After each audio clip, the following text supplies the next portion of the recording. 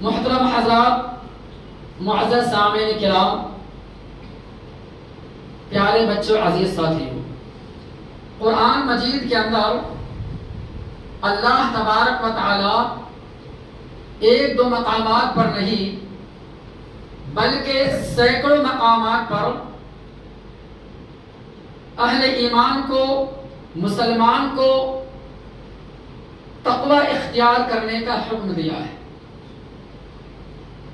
اور یہ تقوی انسان کی زندگی میں ویسے ہی ضروری ہے جیسے جسم کی صحیح سلامت کے لیے غذا ضروری ہے، کہ اگر کھانے کے لیے، پینے کے لیے پانی نہ ملے، کھانے کے لیے غذا نہ ملے تو انسان کا جسم مردہ ہو جاتا ہے اور اس کا جسم جو ہے کمزوری کی طرف جاتے جاتے مرنے کے قریب پہنچ جاتا ہے۔ تو جیسے جسم کی صحیح سلامت کے لیے غذا ضروری ہے، ایسی روح کی صحیح سلامت کے لیے تقوی ضروری ہے۔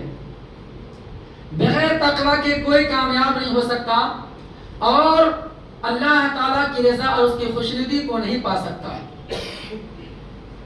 اور آج کے خطبہ جمعہ کا میرا عنوان ہی یہی ہے، تقوی کا بیان، اور تقوی کی اہمیت، اس کی فضیلت، اس کے فائدے اور اس کے نتیجے، اور بغیر تقوی کی زندگی گزارے ہوئے کے حالات اور اس کے نقصان۔ دیکھو، اللہ تعالیٰ قرآن مجید میں اہل ایمان سے خطاب کرتے ہوئے خصوصی طور پر تقوی کا حکم دیا ہے۔ صرف اہل ایمان سے، مسلمانوں سے خطاب کر کے، کافروں سے نہیں، غیر مسلم سے نہیں۔ کہیں اللہ تعالیٰ فرماتا ہے یا ایھا الذین آمنوا اتقوا اللہ وذروا ما بقی من الربا ان کنتم مؤمنین۔ کہیں اللہ تعالیٰ بیان فرماتا ہے یا ایھا الذین آمنوا اتقوا اللہ ولتنظر نفس بغد ولتنظر نفس ما قدمت غد واتقوا اللہ۔ کہیں اللہ تعالیٰ فرماتا ہے یا ایھا الذین آمنوا اتقوا اللہ وقولوا قولا سدیدا۔ کہیں اللہ تبارک و تعالی ارشاد فرماتا ہے یا ایھا الذین آمنوا اتقوا اللہ ولیجعل لکم فرقانا۔ کہیں اللہ تبارک و تعالی ارشاد فرماتا ہے یا ایھا الذین آمنوا اتقوا اللہ وکونوا مع الصادقین۔ کہیں اللہ تبارک و تعالی ارشاد فرماتا ہے یا ایھا الذین آمنوا اتقوا اللہ۔ یہ تقوی ہر آیت میں دیکھو مل رہا ہے، اور خصوصی طور پر اہل ایمان سے خطاب کر کے۔ کیا بات ہے؟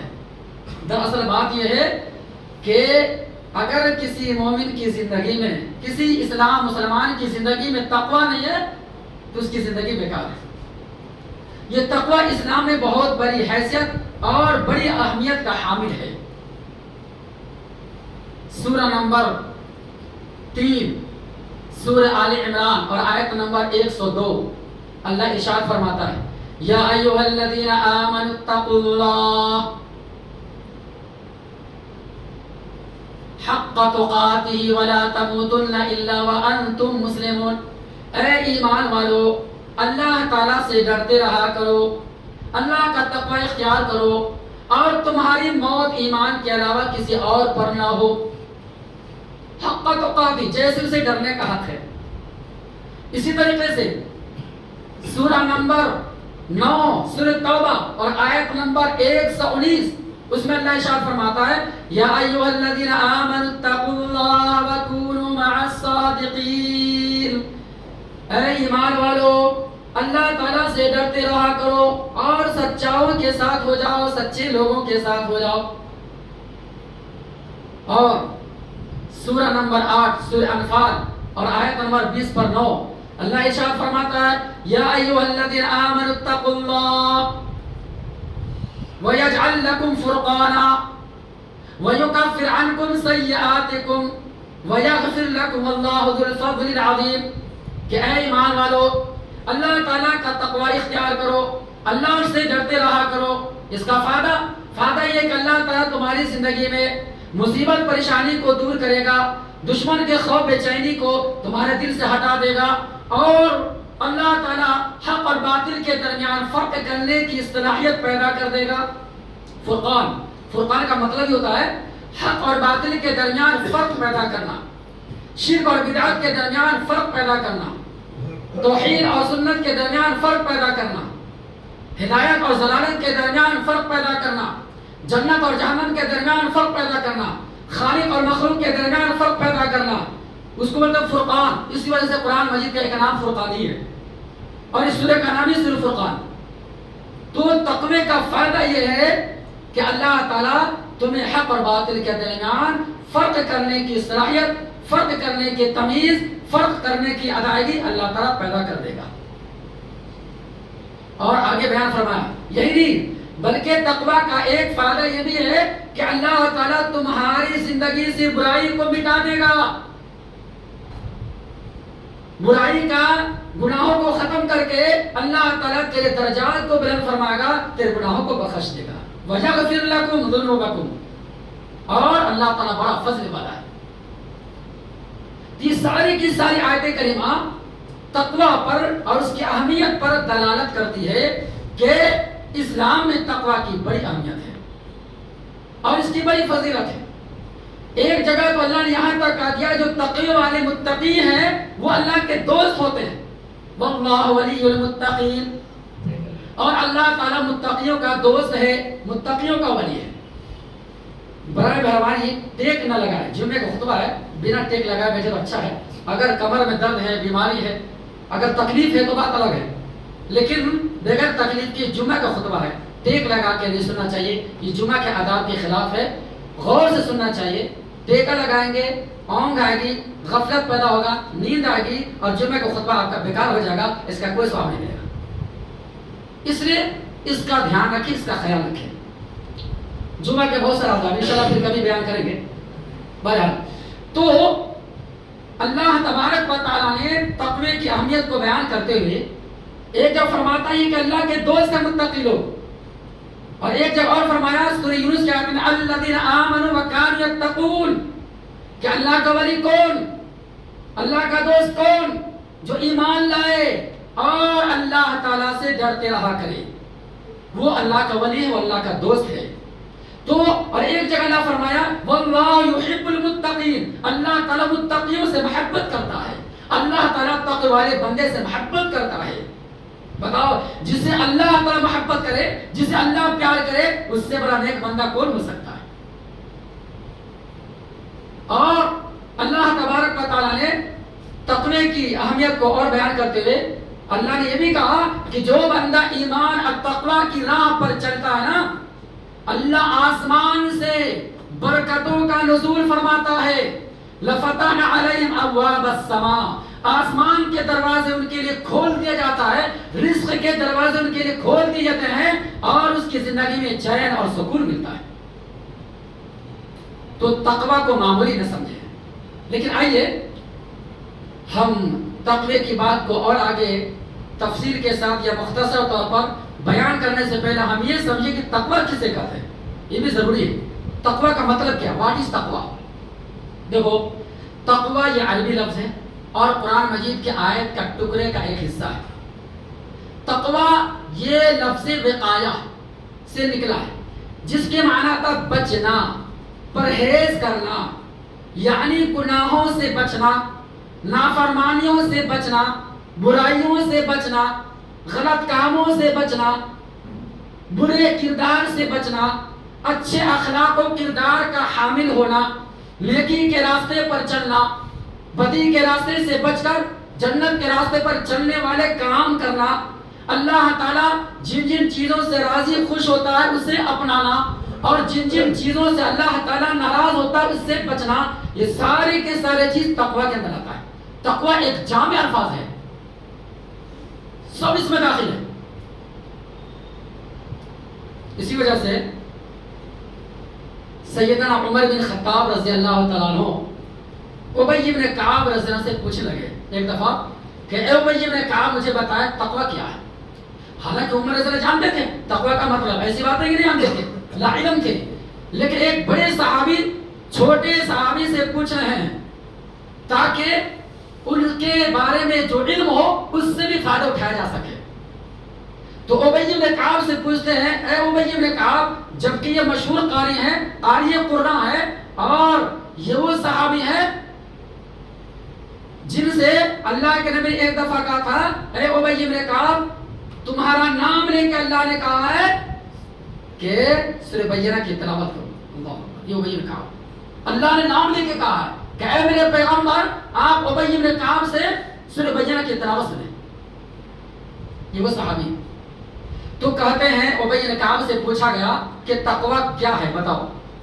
تو ابی بن کعب رضی اللہ عنہ کہتے ہیں اے امیر المومنین عمر بن خطاب سنیے، ایک آدمی ایسے راستے سے جا رہا ہو جس راستے پر چلنے کے لیے چاروں طرف سے کانٹے دار جھاڑی ہو، دائیں جانب بھی کانٹا بائیں جانب بھی کانٹا اور بیچ میں ایک تنگ راستہ ہو، مشکل راستہ ہو. اگر ذرا بھی ادھر آگے پیچھے ہوئے تو کانٹے میں وہ الجھ جائے گا، اس کا دامن کانٹے میں پھنس جائے گا اور وہ چل نہیں پائے گا. تو اب بتاؤ ایسی جگہ پر انسان کیسے چلے گا؟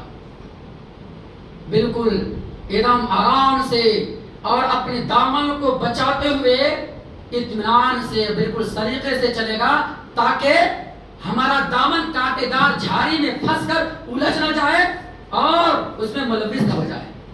تو بس سمجھو ہماری زندگی ایسا ہی ہے، ہماری زندگی ایسا ہی ہے، مومن کی زندگی ایسا ہی ہے کہ تقوی جیسی کانٹے جھاڑی جیسی زندگی کہ قدم قدم پر بھوک کر چلنا پڑے گا. چاروں طرف شیطان بیٹھے ہوئے ہیں، دائیں سے بائیں سے آگے سے پیچھے سے شیطان ابلیس بیٹھا ہوا ہے، کہیں تم کو اچک نہ لے، برائی کی طرف نہ لے جائے، گناہوں کی طرف نہ لے جائے. لہذا قدم قدم پر بھوک کر چلنا پڑے گا.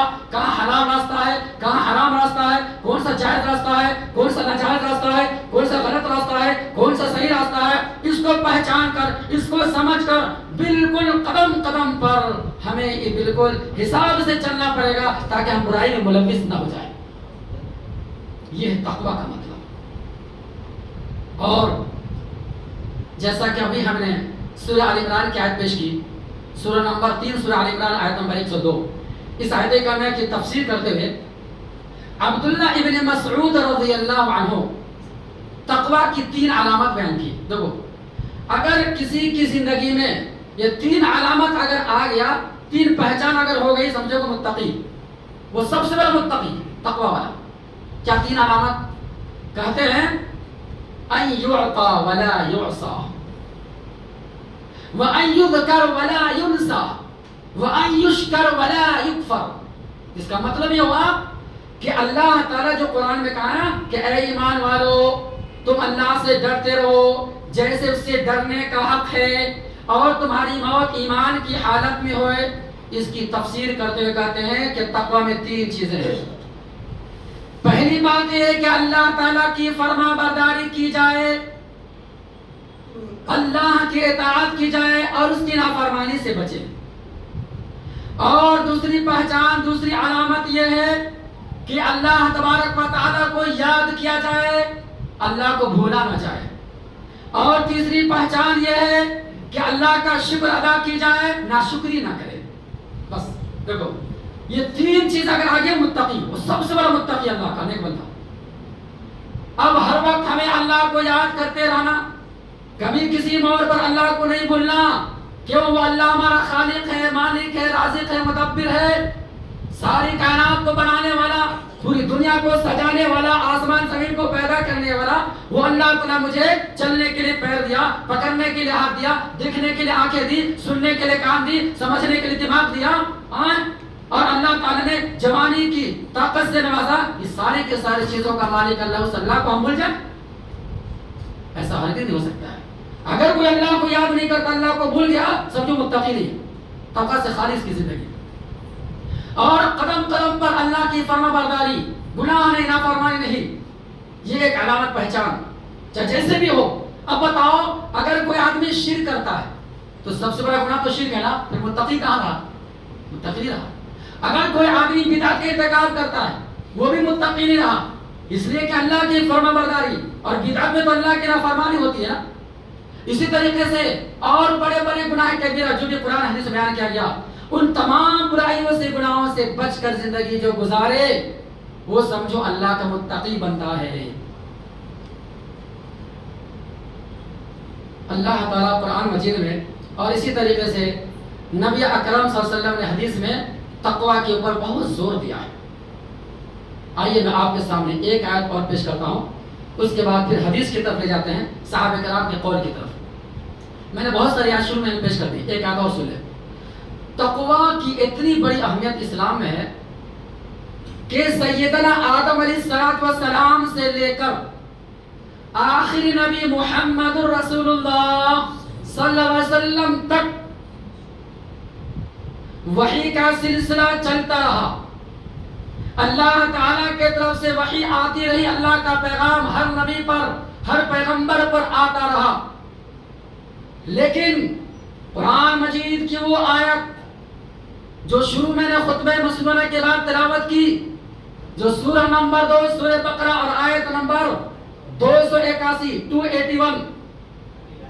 اس آیت کریمہ میں اللہ تعالیٰ نے یہ ارشاد فرمایا وَاتَّقُوا يَوْمًا تُرْجَعُونَ فِيهِ إِلَى اللَّهِ,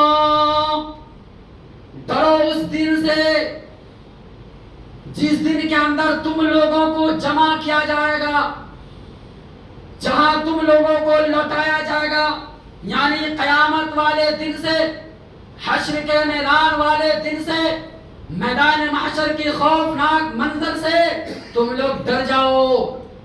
اللہ کہتا ہے اور تم سب کو پورا کا پورا اپنے اپنے کیے ہوئے اعمال کا بدلہ دیا جائے گا, اور کسی کے اوپر ذرہ برابر بھی, رتی برابر بھی ظلم نہیں کیا جائے گا. یہ قرآن مجید کی سب سے آخری آیت ہے, اب نوٹ کریں. اس کے بعد اب قرآن مجید کی کوئی آیت نہیں اتری تھی. نبی اکرم صلی اللہ علیہ وسلم کی وفات سے چند دن پہلے, یعنی ایک ہفتہ پہلے تقریباً یہ آیت اتری تھی. مدنی زندگی کے اندر جب نبی اکرم صلی اللہ علیہ وسلم بیماری کے ایام میں مبتلا ہو گئے تھے, شروع کے ایام میں جب تھے, تو قرآن مجید کی یہ آخری آیت اتری. تو مجھے بتاؤ, اللہ تبارک و تعالی کے طرف سے اترنے والا وحی اور اللہ تعالیٰ کے طرف سے اترنے والا جو پیغام تھا, اس آخری وحی کے اندر آخری تعلیم اسی بات کی طرف دی گئی ہے وَاتَّقُوا يَوْمًا تُرْجَعُونَ فِيهِ إِلَى اللَّهِ, کہ ڈرو اس دن سے جس دن تم لوگوں کو جمع کیا جائے گا. بتاؤ, آخری وحی میں آخری تعلیم تقوی ہے, اس کے علاوہ کچھ نہیں.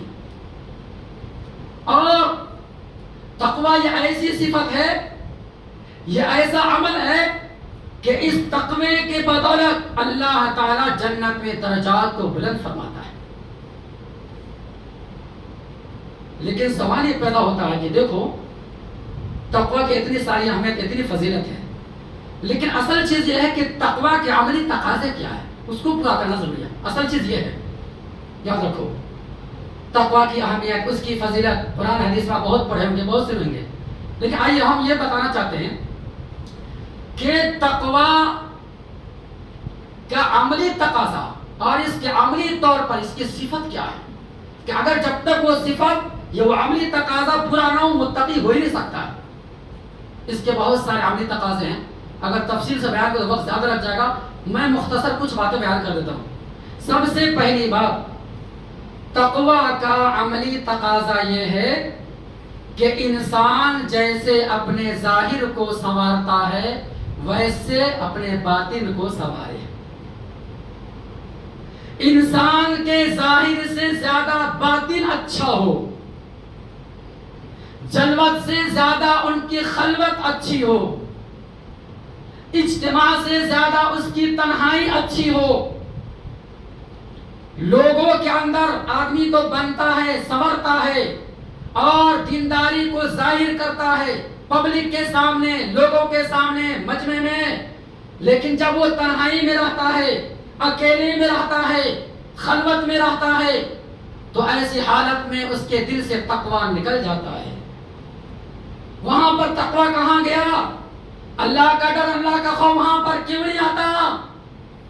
دنیا والوں کے سامنے تو اللہ کا ڈر ایسے نیک بن کے رہیں گے کہ پہلے صف میں آ کے نماز پڑھیں گے, پتہ چلے گا بہت بڑے نمازی ہیں, بہت بڑے دیندار ہیں.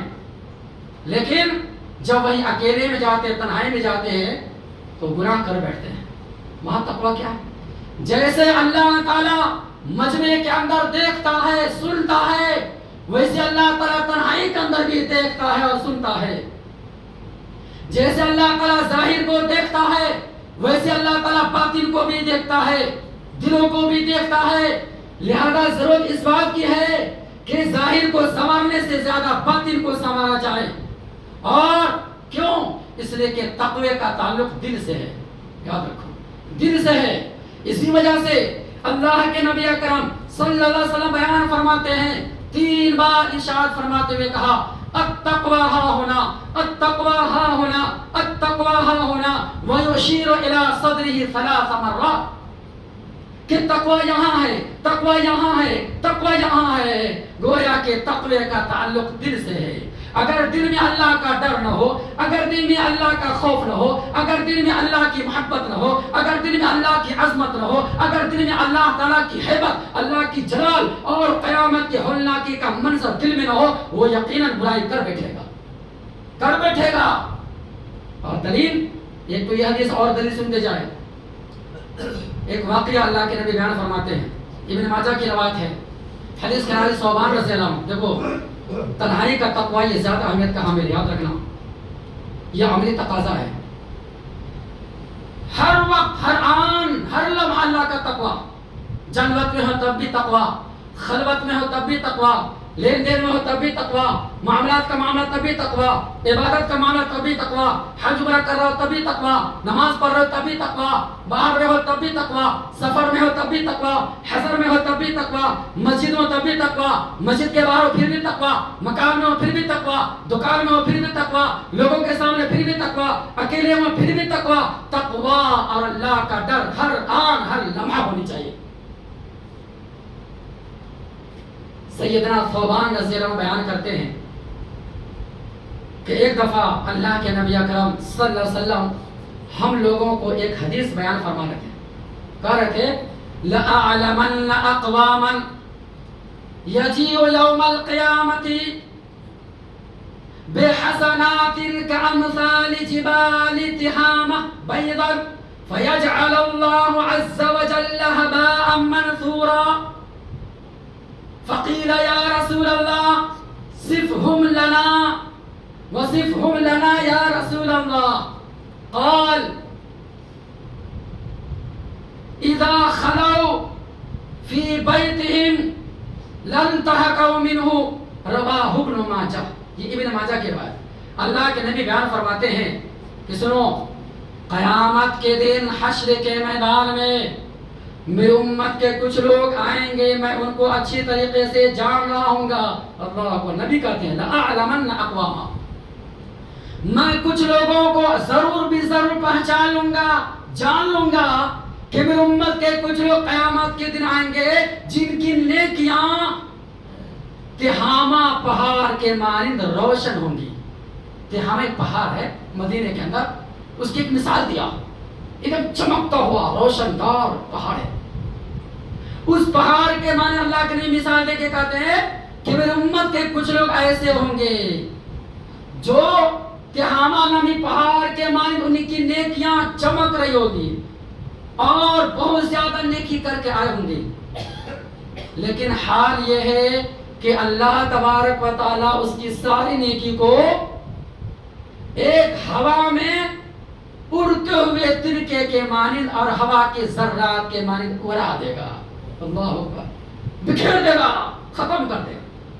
تو صحابہ کرام نے تعجب سے پوچھا, اے اللہ کے رسول بتائیے کیا بات ہے, آخر وہ کون لوگ ہیں اور کس وجہ سے اس کی نیکی کو اللہ تعالیٰ ختم کر دے گا, کس جرمی کی بنیاد پر, ذرا ان کی صفت بیان کیجئے تاکہ ہم بھی اس سے بچیں. دیکھو تقویٰ ہے نا, گناہوں سے بچنا, یہ تقویٰ ہے.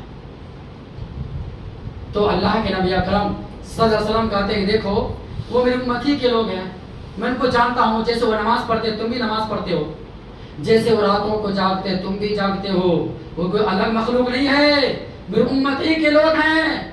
لیکن اس کی نیکی کو اللہ تعالیٰ کیوں برباد کرے گا؟ اس کی کیا ہے کسی حیثیت اللہ کے پاس نہیں ہوگی. کیوں؟ اس لیے کہ یہ بندہ لوگوں کے سامنے تقوی کو ظاہر کرتا تھا، لیکن جب اکیلے میں جاتا تھا، تنہائی میں جاتا تھا، تو تنہائی میں جا کر اکیلے میں بند کمرے کے اندر وہ گناہ کرتا تھا جو گناہ نہیں کرنے چاہیے، اس حرام چیزوں کا ارتکاب کرتا تھا جو حرام چیزیں نہیں کرنی چاہیے. اللہ اکبر. بتاؤ اب آدمی بند کمرے میں اکیلے میں کیا گناہ کرتا ہے؟ ہم جانتے ہوں گے. سوچ لیں. اب تو فیس بک آ گیا نا، سوشل میڈیا کا دور آ گیا. پہلے زمانے بند کمرے کیا گناہ ہوتا تھا دیکھ لیجیے، اور آج کے اس دور میں بند کمرے میں کیا گناہ ہو رہا ہے وہ دیکھ لیجیے. اللہ اکبر. اللہم احفظنا من کے بلائے دنیا. اللہ تعالیٰ ہم کو ان تمام برائیوں سے بچائے. آمین یا رب. آج بہت سارے نوجوان تو ایسے ہیں نعوذ باللہ کہ تنہائی میں اکیلے میں فیس بک پر ننگی ننگی تصویر دیکھتے ہیں. استغفر. واٹس ایپ پر، یوٹیوب کے اندر یہ مسلمان ہے، یہ اس کی جوانی ہے، اور کہتے ہیں ہم متقی. کیسے متقی ہو گئے؟ یاد رکھو متقی نہیں بن سکتے. اللہ کا ڈر، اللہ کا خوف ہر وقت ہونا چاہیے، ہر میدان میں ہونا چاہیے، ورنہ اس کی نیکی ویسے ہی برباد ہو جائے جیسے یہاں برباد ہوا. بہرحال تو ہم کو سب سے عملی تقاضا تقوی کا یہ ہے کہ ہم کو اپنے باطن کو بھی سنوارنا ہے. جیسے ہم جسم کو سنوارتے ہیں، ظاہر کو سنوارتے ہیں، اندر کے بھی سنوارنا ہے. اس لیے کہ تقوی کا تعلق دل سے ہے. اس کے بعد نمبر 2، تقوی کا عملی تقاضا ایک یہ بھی ہے اور سب سے بڑا اہم ہے، وہ یہ ہے کہ معاملات میں صفائی ہو. لین دین کے معاملے میں، معاملات کے اندر صفائی کا پورا اہتمام ہونا چاہیے. ہمارے اخلاق و کردار اچھے ہونے چاہیے. ہم لوگوں کے سامنے جھوٹ نہ بولے، کسی کے سامنے جھوٹ نہ بولے، کسی کو دھوکہ نہ دے، کسی پر ظلم نہ کرے. کسی کا پیسہ قرضہ لیا ہے تو پیسہ واپس کر دیں. ٹال مٹول، خواہ مخواہ کو ٹال مٹول نہ کرے. ایک تو ضرورت پر تم کو پیسہ دیا ہے قرضے کے طور پر، قرض حسنہ کے طور پر، اب وقت ہو گیا تم اس کو لوٹاتے نہیں ہو. یہ تقوی نہیں ہے. بازار میں، مارکیٹ میں جھوٹ بولا جا رہا ہے. بزنس کرنے والے، تجارت کرنے والے، لین دین کرنے والے اور مارکیٹ میں جانے والے، خرید و فروخت کرنے والے 80% لوگ جھوٹ بولتے ہیں.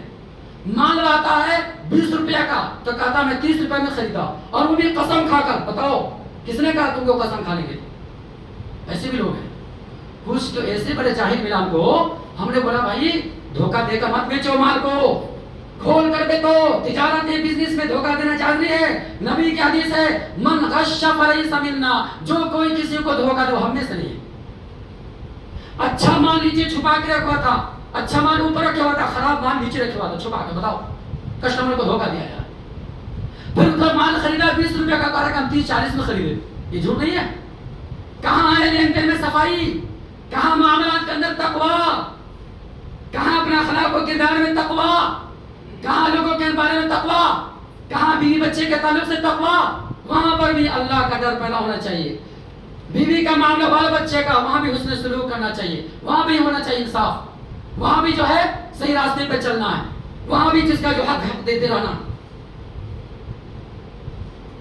ایک دفعہ کی بات ہے، ابن ماجہ مسند احمد میں ایک واقعہ ہے. ایک دفعہ اللہ کے نبی اکرم صلی اللہ علیہ وسلم ایک راستے سے گزر رہے تھے. راستے سے گزر رہے تھے تو ایک تاجر کو دیکھا، سبزی ترکاری بیچنے والا تاجر، بزنس مین. وہ اچھا سے اچھا مال نیچے رکھا ہوا تھا، اوپر میں پانی رکھ دیا تھا وزندار، اور اچھا مال چھپا کے رکھا ہوا تھا. اور اوپر سے دے رہا ہے دھوکہ دے کر کے، چمکتا ہوا چیز دکھا کر کے، یہ اتنے میں، یہ اتنے میں. تو اللہ کے نبی اکرم صلی اللہ علیہ وسلم کی نظر پڑ گئی تو اچانک کیا اللہ کے نبی ہاتھ ڈالا. جیسے اس مال کے اندر ہاتھ ڈالا کرے، اوپر بھیگا ہوا نیچے سوکھا ہوا، یہ کیا؟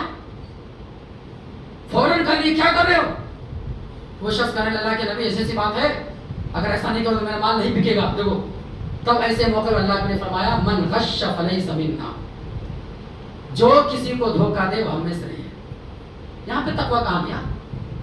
کچھ لوگ تو یہاں تک بولتے ہیں مولوی صاحب یہ بزنس کا معاملہ ہے، تجارت کا، یہاں جھوٹ بولے گا. دیکھو ایسے بھی بولتے ہیں کچھ جاہل مسلمان کہ بزنس تجارت ہے، نہیں تو جھوٹ نہیں بولیں گے تو نہیں چلتا. ارے صحابہ کرام کی بزنس کیسے چلتی تھی؟ تابعین پہلے کے دور میں کیسے تجارت کرتے تھے؟ بھائی تجارت بھی تو سنت ہے. کیا اللہ کے نبی اکرم صلی اللہ علیہ وسلم سب سے پہلی پیاری بیوی خدیجہ رضی اللہ عنہ کا مال لے جا کر ملک شام میں کیا تجارت کے راستے لے جا کے بیچ کر نہیں لاتے تھے؟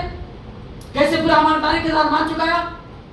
کبھی غداری کی، کبھی دھوکہ دیا، کبھی کسی کے ساتھ جھوٹ بولا، کبھی فراڈ سے کام لیا، کچھ نہیں. یہاں تقویٰ کیوں نہیں ہے؟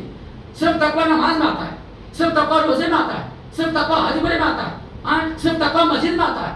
پھر باہر مسجد سے باہر گئے، نماز سے باہر کوئی تقویٰ نہیں. ٹھیک ہے، نماز تقویٰ کی بڑی علامت، اچھی بات ہے، میں غلط نہیں بول رہا ہوں. روزہ رکھنا یہ بھی تقویٰ کی علامت ہے، قرآن مجید کی تلاوت کرنا یہ بھی تقویٰ کی علامت ہے، اللہ کے ذکر اذکار میں لگنا یہ بھی تقویٰ کی علامت ہے. اس سے کہیں بڑی علامت تو معاملات کا ہے، لین دین کا ہے. اور آپ کو ایک بات اور بتاؤں، معاملات کے بارے میں تقویٰ کے اوپر اللہ نے اتنی بڑی زور دیا ہے، معلوم ہے، عبادت سے زیادہ اس پہ زور دیا. اللہ اکبر، نماز روزے سے زیادہ. آپ پورے قرآن مجید اٹھائیے، پورے کے پورے قرآن مجید کے اندر تقویٰ کا جو بھی لفظ آیا، متقین یا تقویٰ یا اتقوا، جو بھی لفظ آیا، یہ عام طور پر 80% یہ جملہ معاملات کے سیاق و سباق اور اس کے ضمن میں آیا ہے، عبادت کے ضمن میں آیا ہے. بہت کم آیا، بہت کم، زیادہ تر معاملات کے بارے میں آیا. اس میں بہت ساری دلیلیں ہیں، جیسے اللہ تعالیٰ جو فرماتا ہے یا ایھا الذین آمنوا لا تأکلوا الربا اضعافا مضاعفا واتقوا اللہ. دیکھو یہاں پہ واتقوا اللہ ہے، کیا ایمان والو سود پہ سود بڑھا چڑھا کر کے مت کھاؤ، سود استعمال کرنا جائز حرام ہے، اور اللہ سے ڈرو، واتقوا اللہ. اسی طریقے سے مسلمانوں کی اصلاح کے بارے میں آیا فاتقوا اللہ واصلحوا ذات بینکم، اللہ سے ڈرتے رہو اور آپس میں صلح صفائی کرو.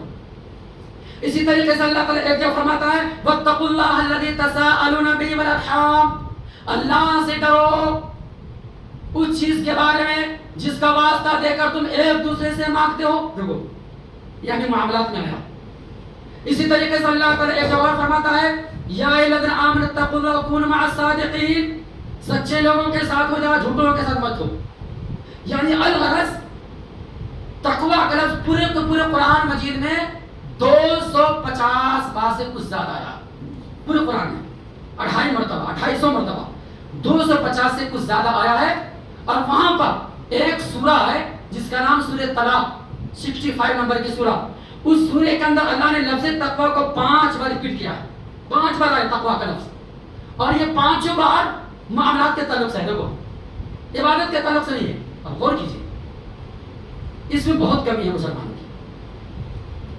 اور 5 انعامات کہ جو اللہ کا تقویٰ اختیار کرے گا اس کو کیا انعام ملے گا، آپ پڑھ لیجیے، سورہ طلاق میں ہے وَمَن يَتَّقِ اللَّهَ يَجْعَلْ لَهُ مَخْرَجًا، کہ جو اللہ سے ڈرتا ہے اللہ تعالیٰ اس کی زندگی کا راستہ آسان کر دیتا ہے. اور ایک جگہ فرمایا وَمَن يَتَّقِ اللَّهَ يَجْعَلْ لَهُ مِنْ أَمْرِهِ يُسْرًا، جو اللہ سے ڈرتا ہے اللہ تعالیٰ اس کی زندگی کے راستے کو آسان کر دیتا ہے، مشکل سے ہٹا کر، تنگی سے ہٹا کر، دشواری سے ہٹا کر آسان اور سہل راستہ بنا دیتا ہے. اور ایک اللہ فرمایا وَمَن يَتَّقِ اللَّهَ، جو اللہ سے ڈرتا ہے اللہ تعالیٰ ان کے گناہوں کو معاف فرما دیتا ہے، ان کے درجات کو بلند فرماتا ہے. اب سورہ طلاق کے اندر دیکھو میاں بیوی کے مسئلے کے تعلق سے بیان کیا گیا، طلاق کے مسئلے میں، میاں بیوی کے حق کے مسئلے میں، اس کے ضمن میں تقویٰ کا لفظ آیا. یہ بھی ایک معاملہ ہے. تو بہرحال اسلام میں، شریعت میں تقویٰ کی بڑی اہمیت ہے، ہم کو اس پر زور دینا چاہیے. اس کے بعد تقویٰ اتنی بڑی چیز ہے، یہ ہر کسی سے ہوتا نہیں، لیکن اللہ سے دعا کرتے رہنا، اس کی دعا بھی مانگنا چاہیے تقویٰ کی. معلوم ہے نبی کی حدیث ہے، ابن ماجہ اور مسند احمد کی روایت ہے، اللہ کے نبی اکرم صلی اللہ علیہ وسلم بیان فرماتے ہیں کہ تم اللہ سے تقویٰ کی دعا کرو، درخواست کرو. کیا دعا؟ اللہم آتی نفسی تقواہا وزکیہا انت خیر من زکاہا انت ولیہا ومولاہا. اے اللہ تو میرے نفس کے اندر تقویٰ عطا فرما دے، میرے نفس میں تقویٰ کوٹ کوٹ کر بھر دے، اور تو ہمارے نفس کا تزکیہ کر دے، میرے نفس کو پاک صاف کر دے. تو سب سے بڑا ولی ہے، سب سے بڑا محافظ ہے، سب سے بڑا نگہبان ہے، سب سے بڑا دیکھنے والا ہے، تجھ سے بڑا نگراں کوئی کرنے والا نہیں.